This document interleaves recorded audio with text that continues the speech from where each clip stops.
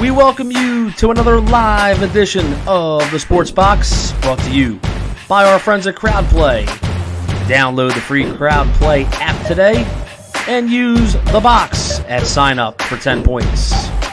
And here we go. Well, good evening, everyone, and welcome to the show that just loves to chase that little white ball around the course, only on the Sports Box Network. I am Mike Galletta, along with my partner tonight, Dave Cartwright, who is the pro at Trump National Golf Course in Ariel. Get out there and see him if you can. This is teeing off our golf show on the Sports Box Network. What's up, Dave? Mike, how are you doing? Thanks so much for having me. Exciting week in golf, having the U.S. Open in September. I can't wait.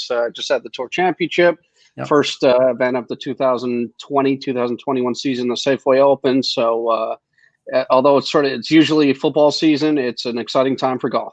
Absolutely. And we are going to get to the Tour Champ. We haven't been on in a while, so a couple weeks now. So we're going to get a little bit to the Tour Championship, go over the Safeway Open, and then get right into Winged Foot, because I know we're dying to talk about our picks and things to that effect. But first, make sure our boys at CrowdPlay are getting noticed as well. You want to go over to the Apple App Store, download it, and also Google Play. Download the app, give them a try. It's phenomenal. And when you sign up for CrowdPlay, make sure you're putting in the box when you sign up, and you get 10 free points. So great app. Give it a try. So, Dave, we talk about the Tour Championship. It was I think a little bit less than memorable. Dustin Johnson really had a stranglehold on this thing from the start. I didn't like it. I think we both didn't like the setup with, he was spotted 10. Yeah, he ended up winning it at 21 under, so he shot 11 under for the tournament.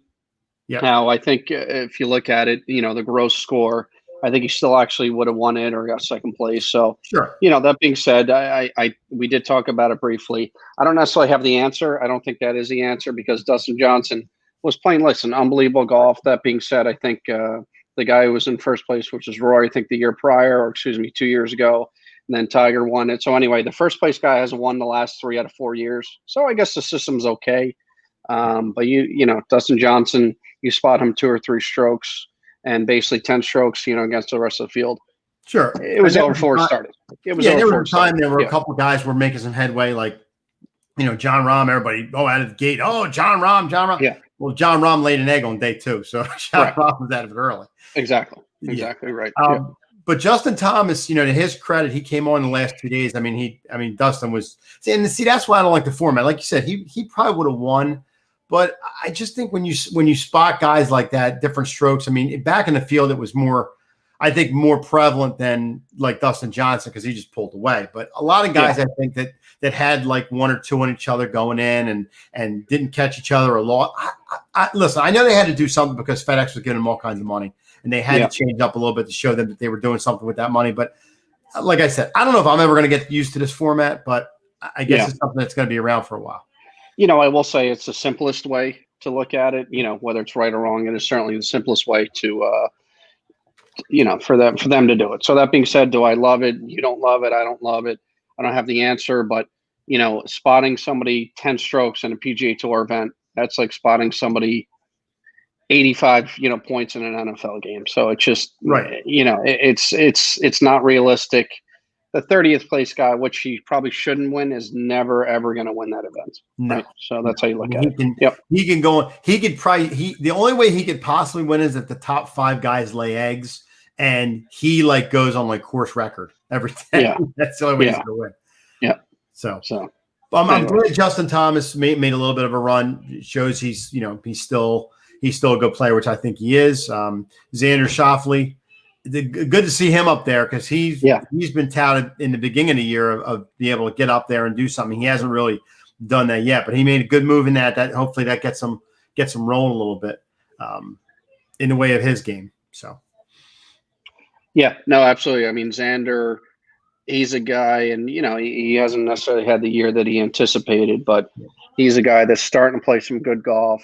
Right. And you talk about a guy, it's almost like Colin Morikawa was certainly a younger version of this, but Xander plays big boy courses very, very well in big time events, very, very well. So, we're kind of looking ahead, but I like his chances in the U.S. Open, and he's playing well at the right time, and he loves events. The harder the golf course, the better off he plays. So. Yep. And to finish up, John Rahm again laid an egg on the second day, but came back with 266s. Scotty Scheffler, our boy Scotty Schaff, he's rookie of the year. They're saying so. I know he didn't win, but he has 7 top 10s. Yeah, You know, obviously a guy that's probably going to deserve the rookie of the year. Yep, absolutely. So the Tour Champions, like I said, Dustin Johnson winner. So yada yada. We move on and we get on to the Safeway Open. And the Safeway Open was won by a guy that, believe it or not, on my DraftKings, I wanted to put him in my lineup for some reason. I saw him and I stopped at him and I just kept right on going. And I don't know why I didn't do that, but Stuart Sink. I mean, you talk about a guy who's been playing a long time, who can play a little bit, and believe it or not, is pretty consistent. When it comes to these events. So, yeah, he hasn't won. Stuart Sink, a little bit of background here, hasn't won in 11 years. Yep. Last win, to my understanding, was the epic win over Tom Watson, I think, at the British Open, or he might have won. Anyway, we remember Stuart Sink. Well, you don't remember him because he's the guy that won the Open Championship, but nobody gave a crap because he was the guy that beat Tom Watson in the playoffs. So nobody's worried about Stuart Sink winning the British Open that day. But anyway, he hasn't won in 11 years, 47 years old. A guy that's, listen, if you told me beginning of the year that Stuart Sink was going to win another tour event, I said, no chance. He's 47. He hasn't really hit it very far. That being said, I give him all the credit in the world. Went out and shot 65 on Sunday. And against, a pretty good field. It's not an elite field, but a bunch of young guns and guys that are looking to, make their name this year. And it was the first event of the season. So anyway, I give him all the credit in the world. Went out and shoot 65 on Sunday to win it. I think it was 32 on the back nine, something like that. So played very, very well. So and some of the guys, like you said, it's not a big field because guys are getting ready for the U.S. Open. But some guys that are out there, like you said, the young guns. I mean, Harry Higgs. You talk about Doc Redman, who we haven't seen up there in a while. Chaz Reavie, who's a guy that can play in spurts and really play well. He played well. Kevin Streelman. You talk about Sam Burns, another guy that's up and coming. Pat Perez always making his presence known. Russell Knox, there's a guy who they thought was going to do something on the first day. I mean, shot 63, and everybody doing Han and Russell Knox, and kind of faded away a little bit. So he's got to keep his consistency together, and he'll be up there as well. I think Russell Knox is a good player. Yeah, yep. The guy again. It's been on Scottish guy, been on the tour for probably 10 to 15 years, and has won a couple tour events. And you're one of those guys 10 years ago that said there was going to be a top 10 guy, and just hasn't really lived up to his potential per se. So exactly. So pretty much that's going to be it with Safeway Open, because we definitely want to get to the one we were both excited for a while now, the U.S. Open at Winged Foot Golf Club in New York. Let me tell you something, people. You thought Bethpage was tough? Winged Foot's going to be This is going to be a bloodbath. I cannot wait. This is going to be an absolute bloodbath. And you know what, Dave? I love it. Yeah, I was going to say exactly. Yep, exactly. So let's sit back and watch, because and we'll talk about this in a second, but I think the winning score, my guesstimation, again, this is all course setup, but I say anywhere, it's only +5 to +10, the winning score. Yeah, the winning score. So just I didn't that is +5 to +10, the winning score. The cut may be +15, +20. Yeah, for two. So this I can't wait. And if they have weather, it'll be even higher. So yeah, I mean, this course, besides laid out like a nightmare, the rough in it. I mean, they're gonna lose balls left and right. These guys, even they're gonna have spotters out there, they're gonna lose stuff off the fairway. They were dropping golf balls. I was watching the Golf Channel. They're dropping golf balls basically from their knee down into the grass, and they're having trouble finding it 2 feet in front of them. So this is going to be a bloodbath, and I cannot wait. I mean, Winged Foot notoriously has been a very tough golf course, period. Yeah. But it looks if they do bury those golf balls in there, guys are going to try to get them out. Number one, they're going to swing out of their shoes to go about 30 yards. Yeah. Or they're going to hit it in a way that it comes out, but it's going to have no spin off, and it's going to go back off the green. So it's going to be tough. It's going to be real tough. By the way, I'd love to play that course, but anyway, that's another story. So, so what's funny is before we get to the odds on and the field of this, the U.S. Open, I saw an article today saying that Tiger Woods is obviously being bet more than anybody else at the U.S. Open. He's a 40-1 shot to win the U.S. Open, but he's getting more money laid on him than anybody else in the thing. Are you shocked at that? I'm not shocked that there's more money on him. I'm shocked that he's not 60-1. I agree. Honestly. So it's listen, Tiger doesn't have the body or the back to play a U.S. Open golf course anymore. I mean, that's the way I would look at it. And, I hope he proves me wrong. He's great for golf. He's great for television. He's great for my profession. He's great for everything. Yeah. That being said, I think he'll be lucky to make the cut this weekend. And part of that is, again, he's got to hit, if you're taking full swings at a foot long rough, it's just not good for the back. I can assure you that. So, I'd love to see him play well.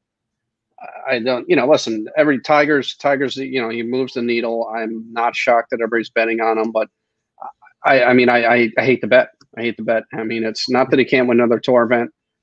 He's not, he doesn't drive. He hasn't been driving it well enough or putting well enough to, I think, honestly, make the cut for the U.S. Open. And I hope I'm wrong. So we talked about it too, David. I think you brought it up. He's got to play more. I mean, that's just the bottom line. He's not the old Tiger where he's going to roll in like 4 or 5 events and just kick ass. He's not that guy anymore.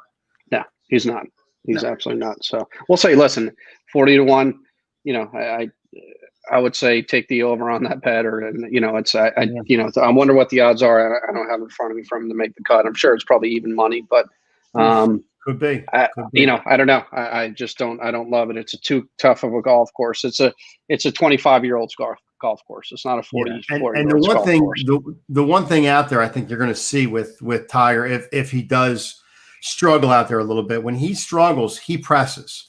And when he presses, that's when he gets himself in a lot of trouble. Because in the last tournament he was in, you could see he was pressing day 2.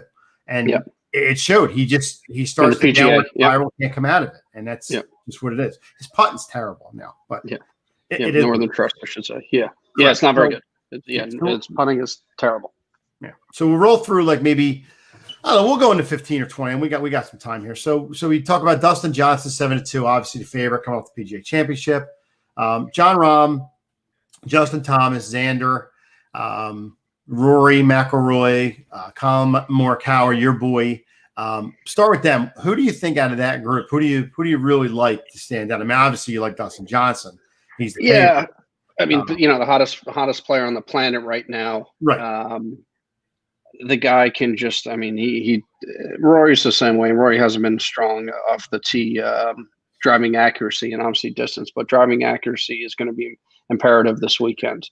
I'm stating the obvious of the U.S. Open, but the rough is just brutal. And somebody made a point the other day is that normally, if you hit it far, I think what David Duval was talking on Golf Central, and with fans, if you hit it offline enough, you're in a good spot because you have trampled down grass.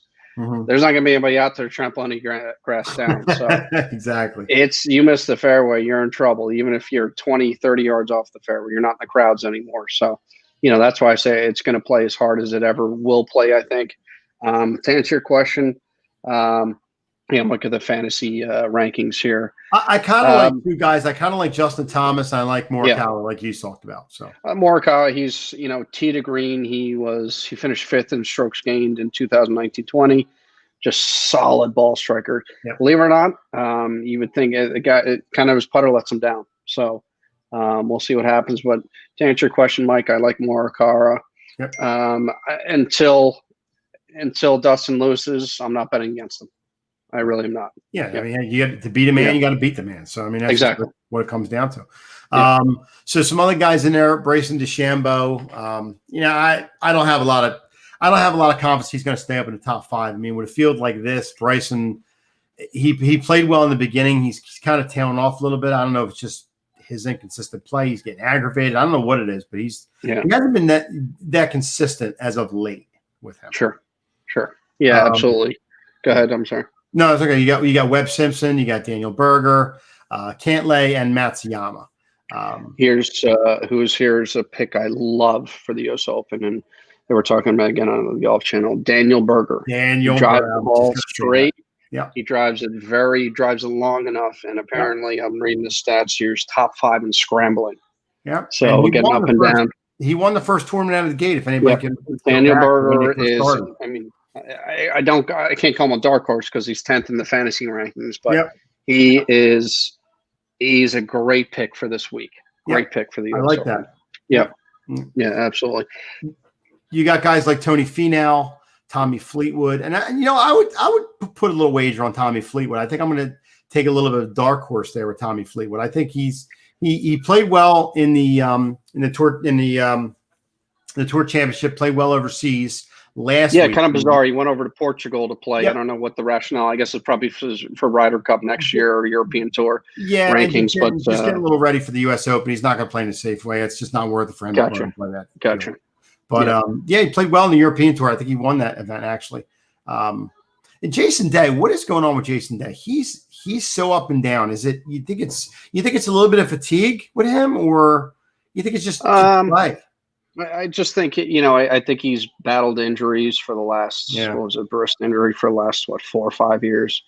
And I good question. I just don't know. Is he healthy? He might be. He's probably not getting the reps in on the practice tee that he needs to do. Right. Again, number 1 player in the world. 5 years ago won 2 or 3 majors. So you can't count him out. But as you said, I don't see the consistency there. Yeah. Did he have that? He had that bout with vertigo. Was it last year or the year before? A couple of years ago, exactly. Collapsed in the waste management. Going down 17. I remember that. Absolutely. So you got Adam Scott, who's actually had a really good year this year. And a lot of guys counted him out, but he's been playing pretty well lately. Patrick Reed, Tyrrell Hatton, and then you got Tiger Woods on my board. He's 50-1. So I've saw 40-1, but I guess that's probably because they bet him down a little bit to 40-1. Gotcha. Okay. But yeah, I mean, listen, and not to keep harping on Tiger. I know he's the draw, like you said, this weekend. He's great for golf, and it's only going to make people watch more and more. But I think the PGA again does a lousy job of just focusing on Tiger. I know that people know him, but to me, you have people watching, and you should talk about other people a little bit to keep people watching. But I know Tiger brings the money in, and however he does for 2 days, and they're gonna keep pumping him in there. So with Victor Hovland, I was gonna throw him in as a dark horse as well, but he's kind of been up and down a little bit too. He's kind of disappointed me. I thought he'd be a little bit more consistent this year, especially after the year he had last year. He did, especially as a rookie. He's a rookie. He's technically still a rookie. They said that he's going to be top 3 in the Rookie of the Year standings. He came out. You know what? He was the way he started. I think his first 5. He won an event in the first eight events he played, and same with Matthew Wolff. You thought these guys are world beaters. Not to say that they're not. He's playing in the U.S. Open. I mean, he's played some good golf, but. I honestly, I hate to say, I think he just started too well, so the expectations were just too high. And, that was he's sort of coming back down to earth. That being said, I mean, the guy, again, a typical young player, drives at a mile, swings out of his shoes, looks like Popeye with his forearms. And, that being said, I just don't think he's ready to win a major. I don't know if it's experience or just not playing well enough, but kind of all the above. So, yeah, same kind of thing I think with Matthew Wolff too. Even though he's been playing pretty well, I just don't think this. I mean, this is going to be a tough field for these guys. It's not like the Safeway Open where there's guys not playing in it because they're getting ready for the U.S. Open. This is the U.S. Open. This is the one they get ready for, and the course isn't going to be kind to them. The one player I want to ask you about who I think has had a good year, but this is going to be a real tough event for him. But I think he can place in the top 10. He's going up at 66-1. That's Harris English. Consistent guy. He's been in. If you've done DraftKings and done fantasy like me and you both do, here's a guy who's consistently in the top 15, top 20. Pretty much every event he gets in. He's made a lot of cuts.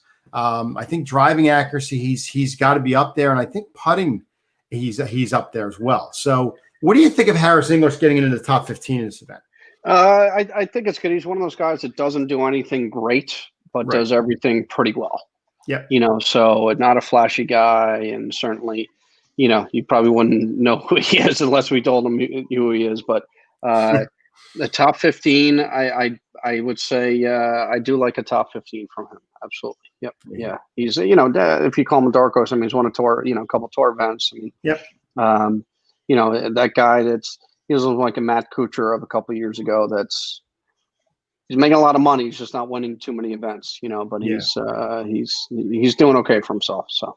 Yeah, and I think Matt Kuchar, you talk about Matt Kuchar, he was a guy consistently last like year or 2 or 3 that is always up in the top 10, regardless if it's the last day. It didn't matter. It didn't matter. Somehow he always backdoor top 10. I don't know where he came from or what. Absolutely. But this year's been a different story. He's had some injuries and he's been pulling out of some events. Do you know anything about what's going on with him? I don't. He has been battling injuries. So I guess is he play? I mean, I assume he's playing, right? Yeah, he's 100 to 1. Okay, I got you. Interesting. So, I mean, I think that Billy Horschel and Bubba Watson. So yeah, I mean that 100 to 1 tells you that he's probably not healthy yet. So. No. Yeah.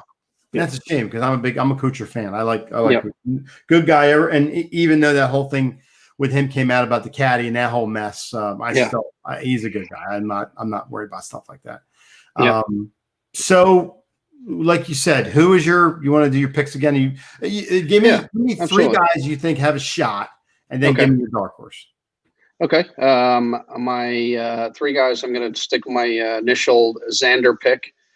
Again, Dustin Johnson, a groundbreaking pick there. The guy is, groundbreaking there. Yeah, hot take there. So Dustin Johnson, Xander, and then again, these are guys all top 20 of the odds makers. Vegas likes them. Daniel Berger's my 3rd pick, and then let me go with.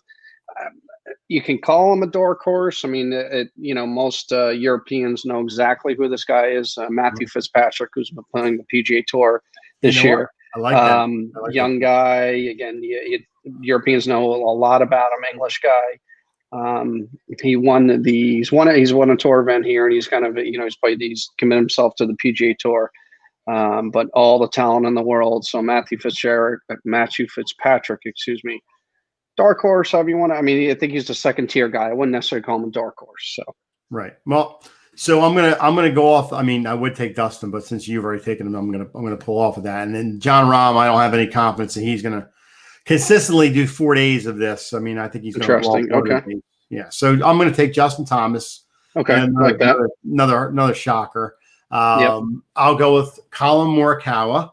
Good. I'll throw him in there, and I'll also put Daniel Berger in there because he's a guy, like I said, I like as well.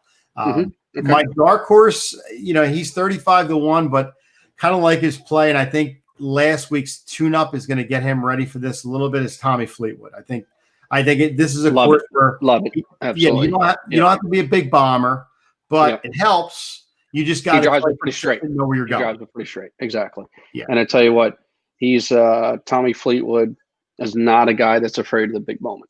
Nope. By any means. Nope. Not by any means. He doesn't feel pressure. So he's not a guy. Great pick too. So.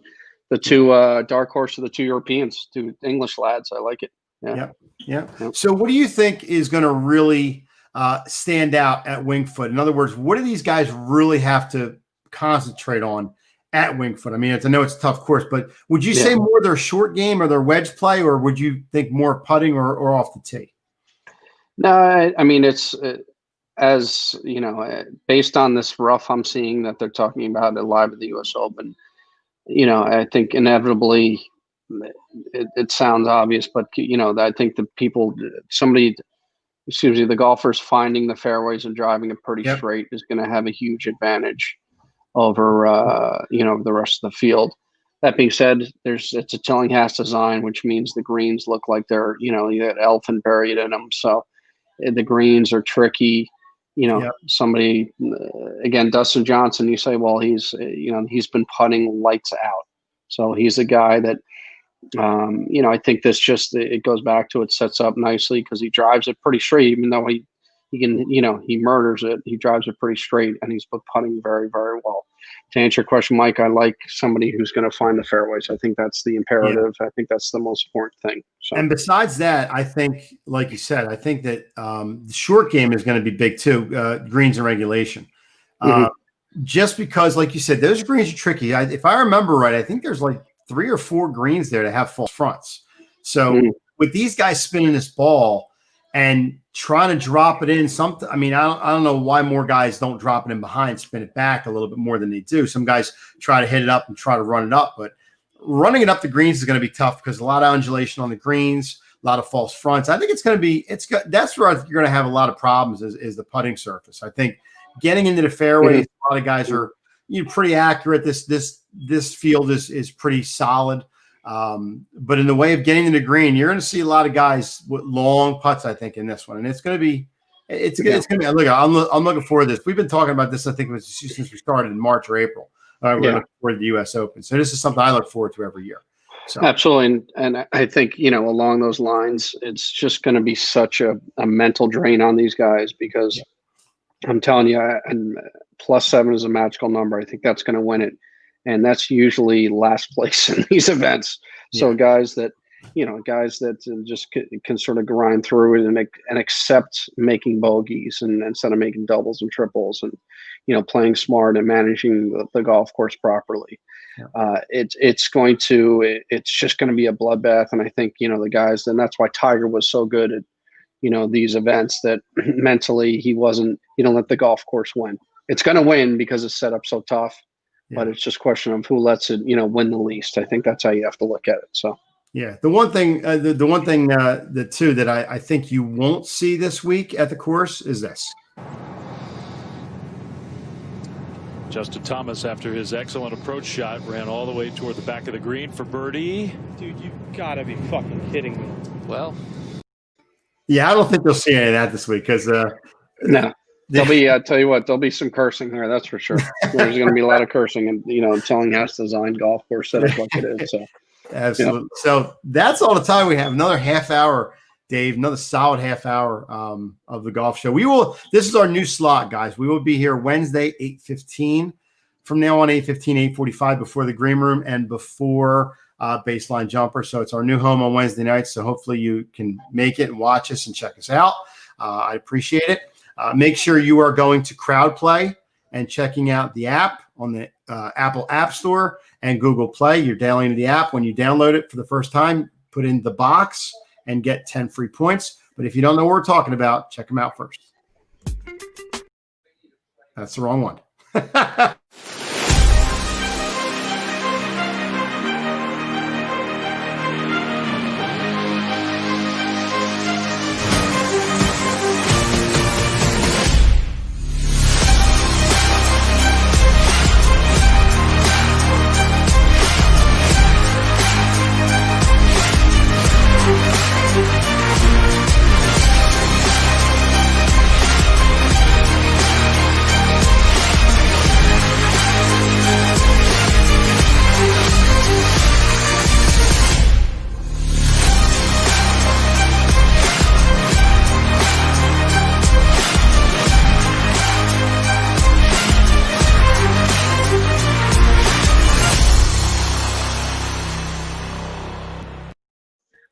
CrowdPlay, definitely check them out. And if anybody doesn't know by now, if you're watching for the first time on Teeing Off, Dave Cartwright came on the show as a guest. I just love to announce that he is now a full-time host with me. So he is with me every week on Teeing Off when I do this show. Dave will be here giving his love and affection for the game. And maybe we'll start some tips soon. That'll be good.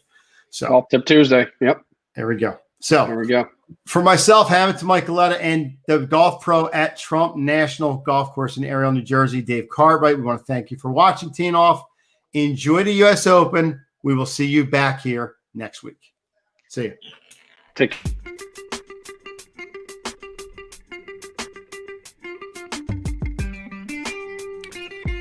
Thank you for watching the Sports Box. Follow us on Facebook at Sports Box Show, Twitter at Sports Box Show, Instagram at The Sports Box Show. Find us on YouTube and join Outside the Box. our Facebook sports discussion group. The Sports Box is brought to you by our friends at CrowdPlay. Download the free CrowdPlay app today and use promo code THEBOX at sign up for 10 points. See you next time.